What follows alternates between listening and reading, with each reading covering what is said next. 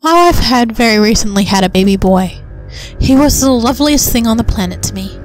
He was all I could think of when I went to work. I would miss him so much. One day when I came back home, I called for my wife. She didn't answer, so I thought she was sleeping with Sean, which wasn't unusual. She would do that when he was asleep.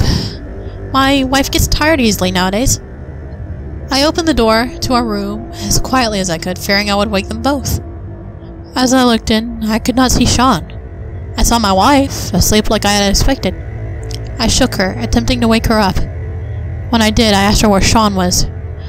"I don't know, dear," she replied, not sounding as worried as I thought she would be. "Maybe he's in the playroom with his toys." So I went into his playroom. To my relief, he was sitting there with his toys. But something was strange. He was barely moving. It didn't even look like he was breathing. I went to him to say hello. He didn't turn around.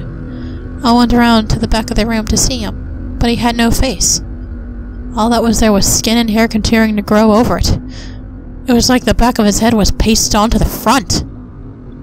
I noticed for the first time that the toys weren't toys. They were all weapons, ranging from knives to shotguns.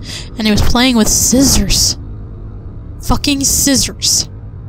When I got close enough, he tried to jab me in the eye with one of them. I tried to get out of the room to warn my wife, but there was no door to the room. Only more of the wall. It was exactly like him. The back pasted onto the front. The back wall pasted onto the front wall. He came up to me with a shotgun, about to shoot. And then I woke up. It was 3:45 a.m. on Saturday. I went to my son's crib to make sure I wasn't still dreaming. Sure enough, he had his sweet little face back. It was all a dream. It was nothing to worry about. Except that I wasn't sure my son was real. In fact, I started seeing little hinges on him, like a doll. And then his face started to come back off. I took him and bashed his head on the wall. There were no brains. No skull. No anything. It was a doll. My wife is calling the police to inform them of the dolls. There are more. Everywhere there are more.